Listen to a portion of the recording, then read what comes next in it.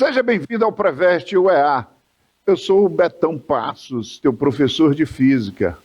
Eu sou do sexo masculino, com 52 anos, sou pardo, cabelos e olhos pretos, tenho a estatura mediana, estou trajando uma calça jeans, camisa cinza. O ambiente da aula é um estúdio de televisão e usarei uma tela interativa para as nossas anotações. Vamos falar hoje sobre as leis de Kepler e Newton da gravitação universal. Vou apresentar para vocês como um resumo geral desse assunto super importante para a nossa provinha. Beleza? Vamos começar aqui com as leis de Kepler. A primeira lei, lei das órbitas, diz o seguinte: todo planeta percorre trajetórias elípticas com o Sol ocupando um dos seus focos. Lembrando, uma elipse não tem centro, uma elipse tem foco. Algumas observações importantes precisam ser vistas aqui, ó. Por exemplo, quando ele tem a distância mínima do Sol, quando você passa perto do fogo, você passa rápido ou lento? Você passa rápido. Então, quando eu tenho a distância mínima, eu tenho velocidade máxima. Ele está perto do Sol, então ele está no periélio, ok? Vai indo em direção ao afélio. O que é o afélio? Afastado do hélio. Distância máxima, velocidade mínima. É importante se ligar nesse detalhe. O Sol sempre vai ocupar um dos focos. Então, o planeta vai do afélio para o periélio e depois do periélio para o afélio. No movimento do afélio para o periélio, eu tenho um movimento acelerado. Né? Um movimento acelerado, porque a velocidade vai o quê? A velocidade vai aumentando. Do periélio para o afélio, o movimento já é retardado. Por quê? Porque a velocidade irá diminuir. Tranquilo? Então, primeira lei, lei das órbitas. Segunda lei, lei das áreas. Os planetas varrem áreas iguais em intervalo de tempos iguais. Então, se o planeta sair da posição A para a posição B, ele vai gastar um tempo 1. Vai varrer uma área do espaço, a área 1. Se eu pegar o mesmo intervalo de tempo da posição C para a posição D, o mesmo intervalo de tempo ΔT2, obrigatoriamente a gente vai ter a mesma área. Espera aí, Betão, a área é diferente. Não, meu amigo, o formato é diferente, mas o valor numérico é absolutamente o mesmo. Tranquilo? Então, segunda lei, áreas iguais em intervalo de tempos iguais. Terceira lei. A terceira lei foi a lei que ele mais batalhou, Johannes Kepler. T ao quadrado, R ao cubo. Quando ele chegou a esse resultado, ele descobriu que isso daqui tratava-se de uma constante. Se isso trata-se de uma constante, T1 ao quadrado, R1 ao cubo, é igual a T2 ao quadrado, R2 ao cubo. Ok? T1, T2, tudo ao quadrado, R1, R2, tudo ao cubo. O que ele quer dizer com isso? Colocamos um desenho aqui para traduzir para você. O planeta que tem o maior raio médio vai demorar mais tempo para dar uma volta no entorno do Sol. É lógico, Betão. Perfeito.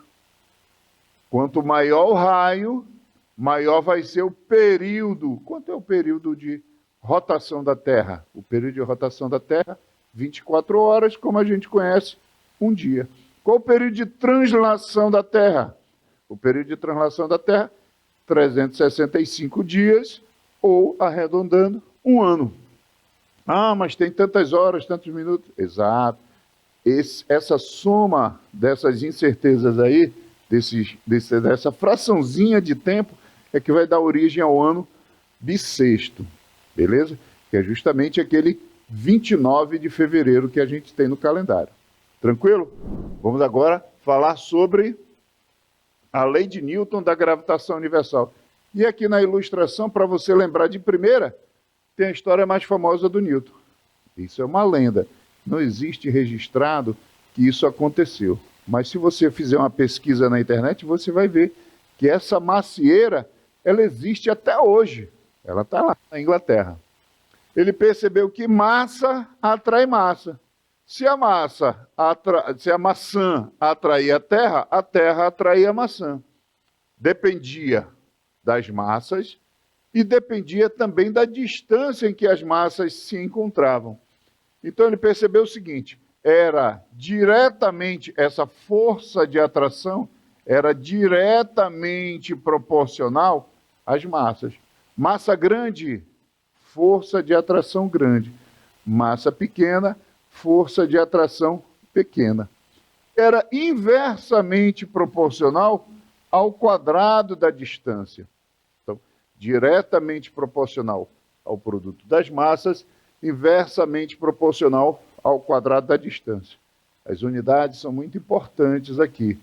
Força gravitacional, toda vez colocado em Newton como toda força. Essa força gravitacional, ela recebeu um apelido mais tarde, muito famoso, que é o peso. Beleza? M1 e M2 são as massas. Não pode esquecer, meu vestibulando, ela tem que estar em quilograma por causa do Sistema Internacional de Unidades. A distância entre os centros das massas, tá? Tem que estar em metros. E G é a constante de gravitação universal. É uma constante de proporcionalidade. É aquele númerozinho que, mágico, que faz essa conta toda dar certo. E ela vale 6,67 vezes 10 a menos 11 newton metro quadrado por quilograma quadrado. Ou eu vou decorar esse número? Vai ter que decorar. Mas geralmente na prova ele coloca uma série de unidades e se precisar na prova, deve vir esse valor para você. Uma aplicação disso é o nosso campo gravitacional, que a gente conhece como gravidade. A gravidade também é diretamente proporcional à massa, inversamente proporcional ao quadrado da distância. Não esqueça, a distância é a distância até o centro do planeta.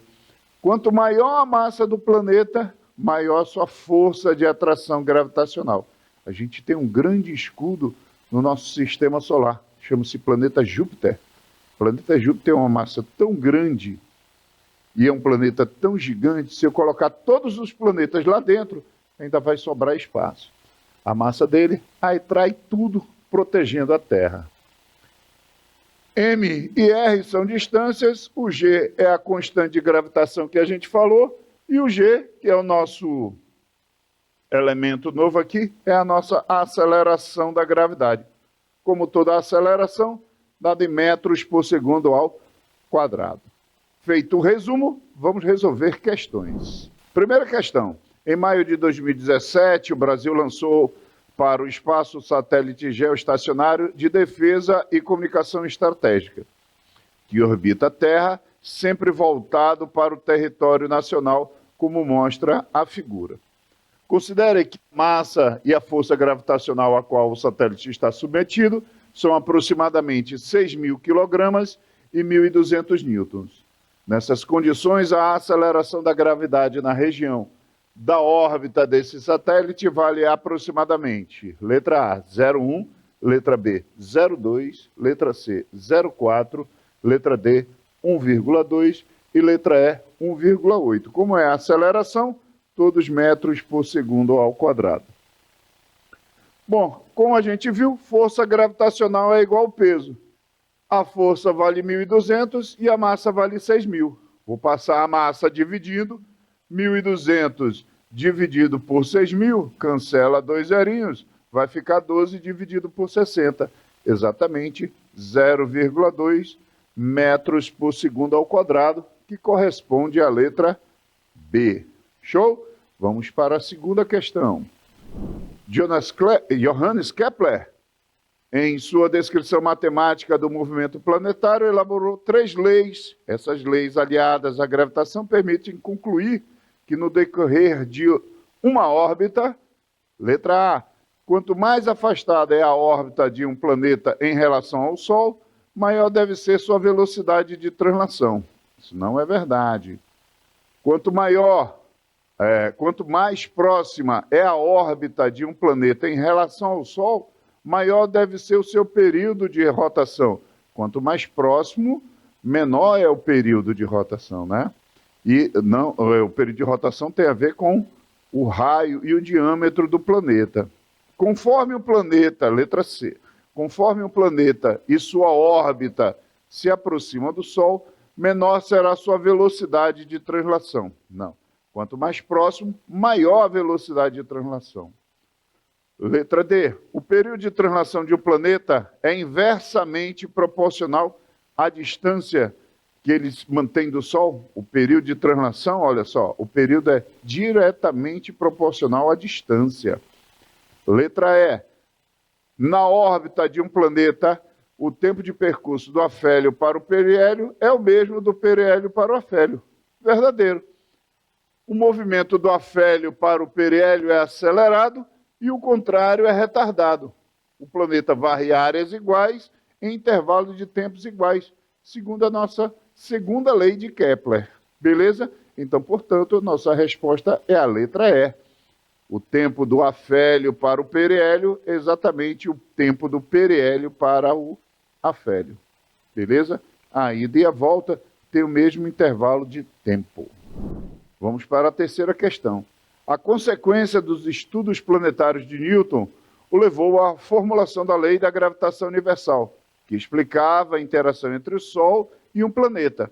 Não demorou para ficar claro que essa lei era válida para quaisquer dois corpos, podendo ser expressa por força gravitacional é igual a G, M1 vezes M2 dividido por D ao quadrado, em que Fg é a intensidade da força gravitacional entre os corpos 1 e 2, G é a constante de gravitação universal, M1 e M2 são as massas dos corpos 1 e 2, e R é a distância entre os corpos 1 e 2. Se R é a distância original entre os corpos 1 e 2, ao duplicarmos a distância, não se esqueça de dar uma grifada nessa parte. Ao duplicarmos essa distância, a intensidade da força gravitacional entre os corpos se tornará menor.